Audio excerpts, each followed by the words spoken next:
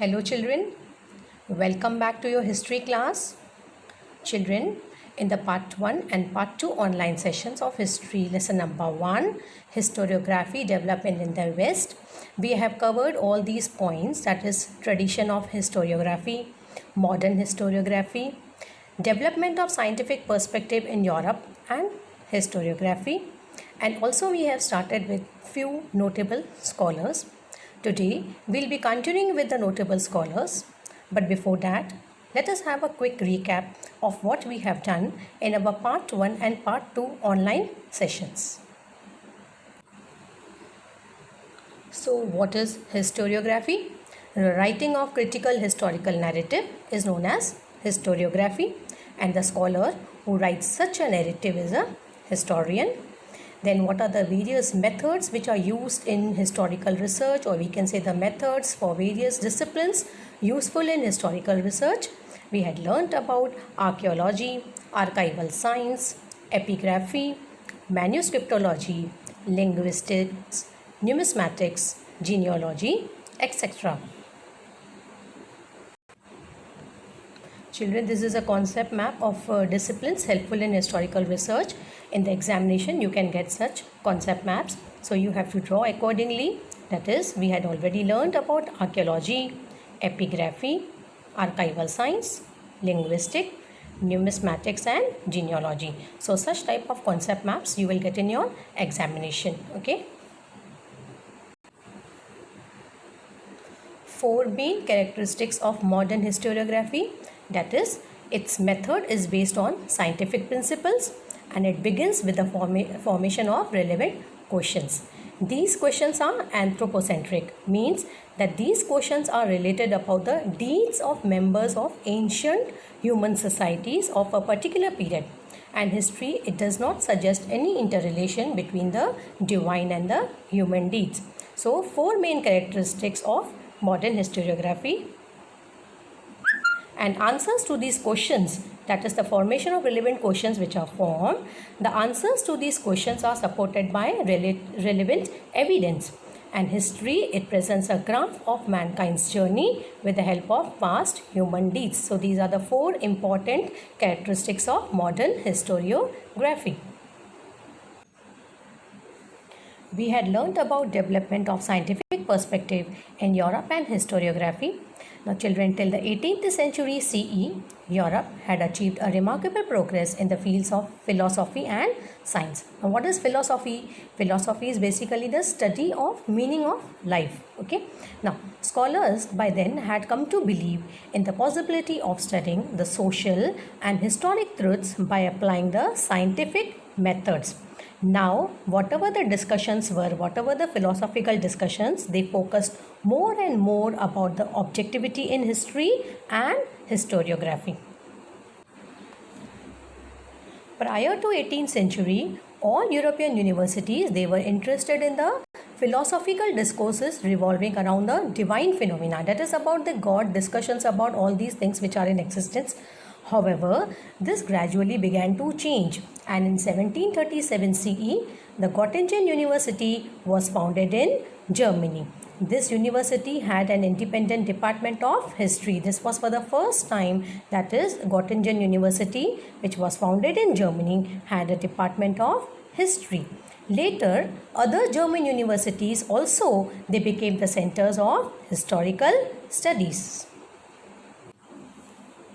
We had also learnt about the contribution of some of the notable scholars in the development of historiography. Today we will be continuing with the other scholars, but then let us have a quick revision of the scholars which we have already done in our last class.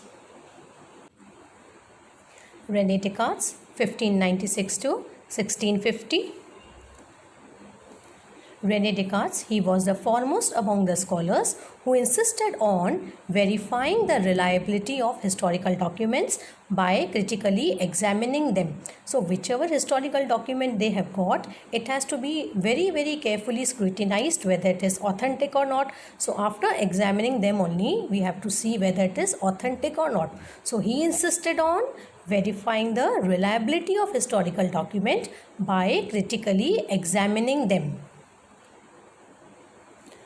Among the rules given by him in his book, Discourse on the Method, the following is supposed to have a great impact on the scientific method of research. That is, never to accept anything for true till all grounds of doubt are excluded. This already we have learnt in our previous class. So just we are revising about it. Okay. So which was a book written by Rene Descartes? Discourse on the Method. And what did he basically insist on? For verifying the reliability of historical document and critically examining them. And what was the most important rule? Never to accept anything for true till all grounds of doubt are excluded. That is about Rene Descartes. Voltaire, 1694 to 1778. Now he was known as the founder of modern historiography. He was a French, right? Voltaire's original name was Francois Marie Arouet. He was a French. And what was his opinion? What did he opine?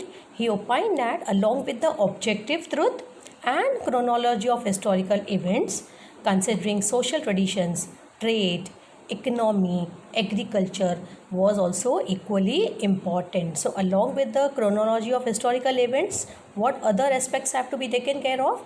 Economy, trade, agriculture, all these important aspects of human life have to be considered while writing historiography. It gave rise to the thought that understanding all aspects of human life is very important for writing history, and therefore he is said as the founder of the modern historiography. George Wilhelm Friedrich Hegel. He was a German philosopher, and what did he insist on? He insisted that historical reality, it should be presented in a logical manner. So what did he insist on? He insisted on historical reality. Whatever is the historical reality, it should be presented in a logical manner. And according to him, timeline of historical events was indicative of progress. So because of the timeline, we will come to know about the progress which have been made in history. So according to him, timeline of historical events was very, very important. It was an indication of progress. And he also thought that the presentation of history it is bound to change over a period of time. Well, why it is so? Because it is possible that over a period of time new evidences will come forward. So because of that, there is a possibility that there will be change in history. Because why it is so? Because events cannot be recreated. We were not there in the past. We cannot apply the laboratory method in that. So therefore, it is bound to change if there is any new evidence over a period of time. The collection of his articles and lectures is published in a book, Encyclopedia of Philosophical Sciences, and also Reason in History is a very well-known book of Hegel. The method of analysis, which is based on opposites, that is dialectics, we have already learned about that. In this method, first a theory is proposed which is known as thesis, and then again a theory is proposed which is contrary to the thesis, that is antithesis. And after a logical discussion, a gist of both is included in synthesis. So this was again given by Hegel, that is dialectics, method of analyzing based on opposites, that is called dialectics. Leopold von Ranke, 1765 to 1886. Now children, historiography of the 19th century was greatly influenced by the thoughts of Leopold von Ranke of Berlin University. Now he has spoken about the critical method of historical research. Now he had put emphasis on examining the historical documents with great care or with the utmost care. And he believed that with this method it was possible to reach the historical truth. He had also criticized the imaginative narration of history. That is, you cannot imagine the things and write in history. All the documents has to be critically examined with utmost care. So thoughts of the historiography of 19th century was greatly influenced by thoughts of Leopold von Ranke of Berlin University. And his articles are published in the books entitled The Theory and Practice of History and Secret of World History. So 2 books written by Leopold von Ranke, that is Theory and Practice of History and Secret of World History. Children, in the previous 2 sessions, that is of part 1 and part 2 of lesson number 1, we have completed till here. I have given you a quick revision of whatever we have done in part 1 and part 2. Now we will proceed further to the contribution of few more notable scholars in writing of historiography. Now let us learn about Karl Marx, 1882-1883. Now children, in the latter half of the 19th century, a new school of thought arose, keeping in view the thesis formulated by Karl Marx. Now what is basically this thesis? Now thesis is basically, we can say, a theory or an idea which is expressed as a statement and then it is discussed in a logical way. So in the later half of 19th century, a new school of thought arose, keeping in view the new thesis formulated by Karl Marx. Now let us see what is this thesis about. According to Karl Marx, history was not about the abstract ideas, it was about living people. So what was his ideology? According to him, history was not about abstract ideas, not about the things which we feel, it is about the living people. Human relations are shaped by the fundamental needs of the people. That is, what are the needs of the people? What are the basic needs? For example, the basic needs are food, clothing and shelter. So the human relationships, they are shaped by the fundamental needs of the people and ownership, okay, as well as the nature of prevalent means of production to meet those needs. Means whatever the needs of the people are, whether that needs are met, whether they are able to satisfy all that needs. So this is basically human relationships. They are shaped by the fundamental needs of the people and ownership. That is, whether they will get accessibility to that needs, okay, so that they can satisfy that needs. So because of that, what happens, the accessibility to this needs, it is not equal to all the people. That is, it is not possible for all the people to meet all their needs. For example, luxurious items, right? So it is not possible for all the classes of society to meet that needs. Therefore it is said that human relationships, they are shaped by the fundamental needs of the people and ownership, as well as the nature of prevalent means of production to meet those needs. So the accessibility of these means to different strata of society may not be equal. That is, all the people, they cannot meet their needs. It is not possible for everyone to have luxurious items, right? So the accessibility to these means to different strata of society may not be equal. So what it will result to? It will result into inequality, right? So this inequality causes a division of society into classes that will lead to class struggle. Then, according to Karl Marx, human history is a history of class struggle, as the class that owns the means of production economically exploits the rest of the classes. That is, those who are owning the means of production, that is land, capital, that is those who are having lot of money, they can start their factory and all. It is not possible for the poor people. So those who are having that means of production, they will exploit the rest of the classes.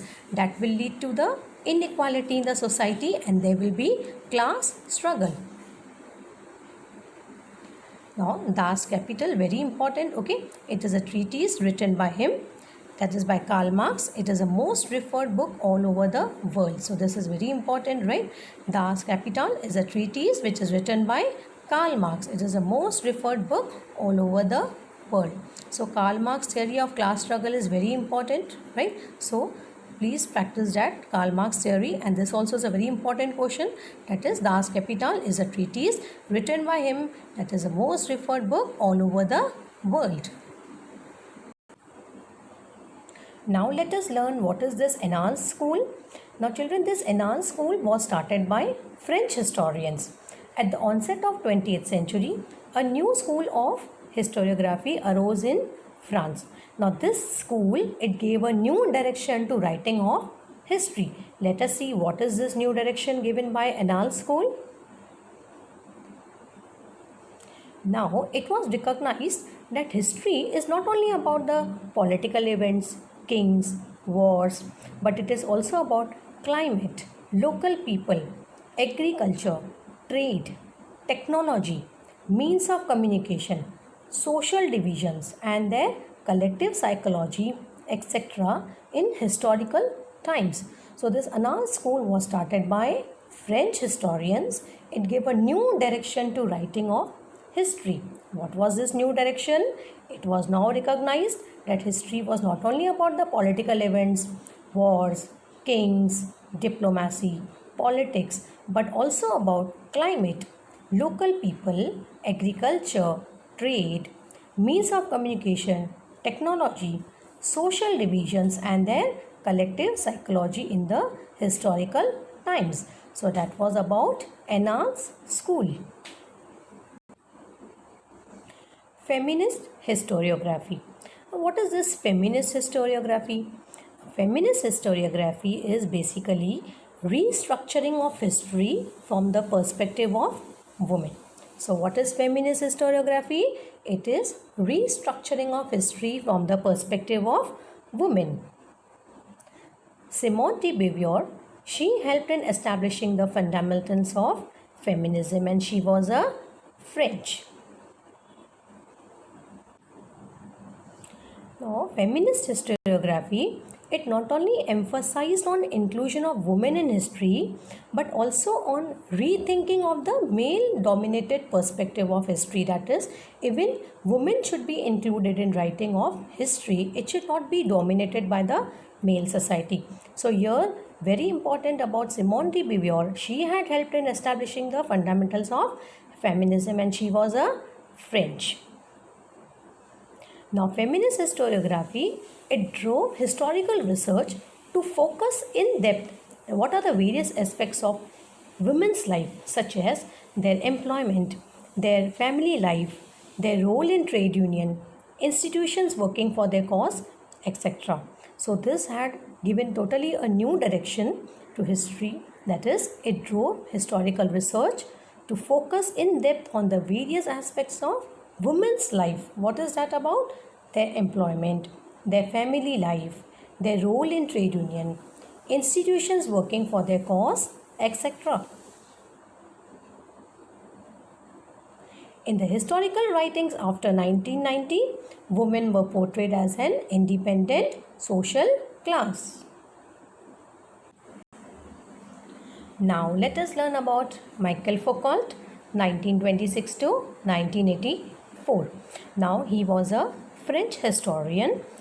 He was the French historian of the 20th century and he has brought a new concept in historiography. Let us see what is the new concept which is put forth by Michel Foucault. Now he has argued in his book Archaeology of Knowledge that arranging the historical events in chronological order is not correct. So what is the concept brought forth by Michel Foucault? He has written a book. What is the name of his book? Archaeology of Knowledge. And in that what he had argued? He had argued that arranging the historical events, that whatever the historical events are which are arranged in the chronological order, it is not right. Now what is not right? Let us see. Now he has drawn attention to the fact that archaeology does not strive to reach ultimate truth, but attempts to explain what are the various transitions in the past, that is what changes have taken place in the past. So what does he say? That archaeology does not strive to reach the ultimate truth, but it attempts to explain that what transitions, what are the changes, what progress have done in the past. And he called his method the archaeology of knowledge. So Michel Foucault, he is of the 20th century, right? And he has written the book Archaeology of Knowledge. And what does he say? That arranging the historical events in chronological order is not right. He says that history is not, archaeology does not strive to reach the ultimate truth, but it is explaining the transitions that have taken place in the past. That is about Michel Foucault. Foucault has subjected the certain areas which are unacknowledged by the historians, such as psychological disorder, study of medicine, prison administration, etc., to historical analysis. So even these aspects have to be taken into consideration for studying of history and writing the historiography. Thus, the scope of historiography, it kept on expanding over a period of time. Writing of histories of various subjects like literature, sculpture, music, dance, drawing, painting, drama, films, television, etc., it came into practice. So, over a period of time, this scope of historiography had kept on expanding, and all these subjects also are included in writing of history. Okay. So children, today we had continued with our other notable scholars like Karl Marx. Then we learnt about the Annan School, feminist historiography, Michael Foucault. All these notable scholars we had learned today, and also I gave you the recap of what we had learned in our part 1 and part 2.